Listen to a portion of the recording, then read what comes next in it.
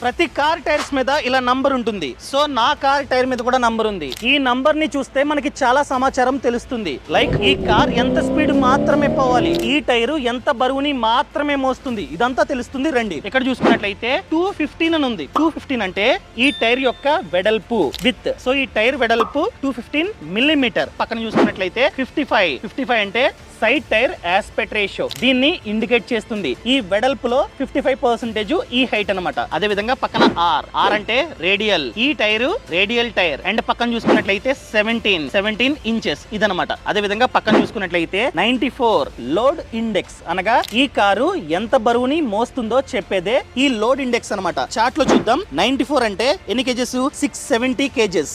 అంటే ఈ కారు లేదా ఈ టైరు 670 కేజెస్ వరకు మోస్తుంది. తర్వాత మనమైతే లోడ్ ని వేయకూడదు. అండ్ వి అంటే స్పీడ్ రేటింగ్. చార్ట్ లో చూద్దాం. సో వి అంటే 240 స్పీడ్.